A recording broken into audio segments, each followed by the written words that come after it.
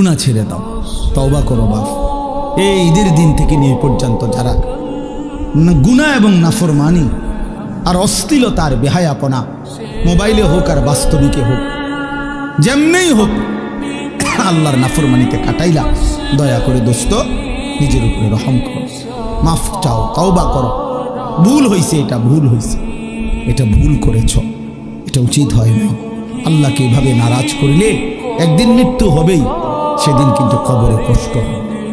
আর অব্যাহত গুনার কারণে বয়স্ক বাবা আপনাদেরকে বলি, খোদার কসম বাপ, যে সমাজে অশ্লীলতা বেহায়াপনা বেড়ে যায়, সেই সমাজে নিজেদের ঘরের কন্যা, নিজেদের ঘরের বোন, তাদের ইজ্জতের নিরাপত্তাও কমে যায়।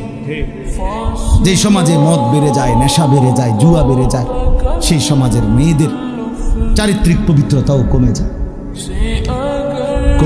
কোনো না কোনো ফান্দে, কোনো না কোনো অসতের খপ্পরে পড়ে যায়, কোনো না কোনো চরিত্রহীন লম্পট যুবকের খপ্পরে পড়ে যায়।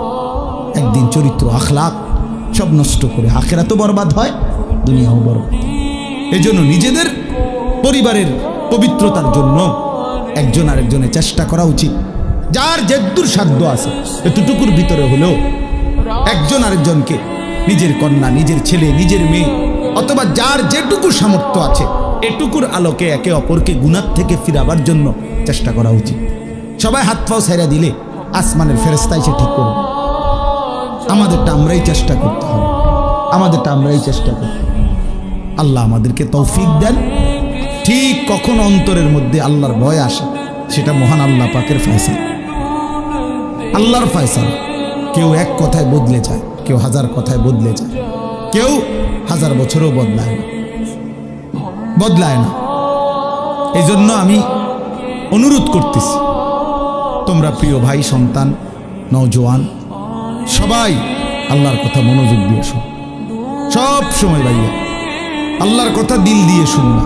মসজিদে জুমার বয়ান মনোযোগ দিয়ে শুনলে ভালো, দিল দিয়ে। আমার এটা সব সময়ের পেরেশানি, আমি এটা একটু বেশি বলি, বেশি পেরেশানি করি।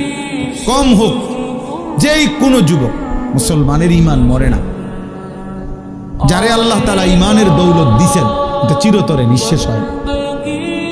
লা তাবদীলা লিখালকিল্লাহ, আল্লাহ তাআলা বলেন আমি আমার সৃষ্টির মধ্যে কোনো পরিবর্তন হবে না। তো এই জন্য আল্লাহ তাআলা নবীজি যে বলছেন, প্রত্যেককে আল্লাহ তাআলা, এই কথাটা বুঝো ভাই। তোমরা বসবা নি ভাই, বউ, তোমরা বউ, তোমরা তোমাদের কিছু বাইরে গিয়ে হাসো, তাইলে হাসার বাকি থাকলে বাইরে হাসো গিয়ে।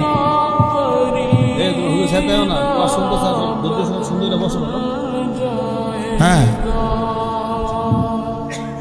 তো বলতেছি, কথাটা খেয়াল করেন।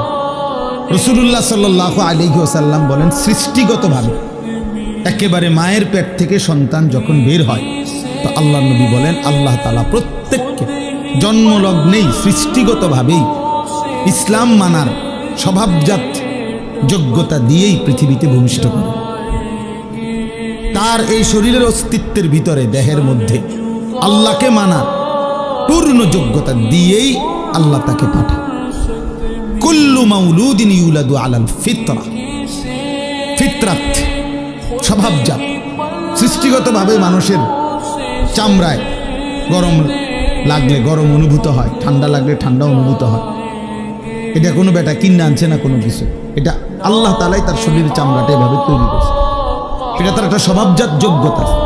ঠিক আল্লাহকে মানার যোগ্যতা আল্লাহ তাআলা বান্দা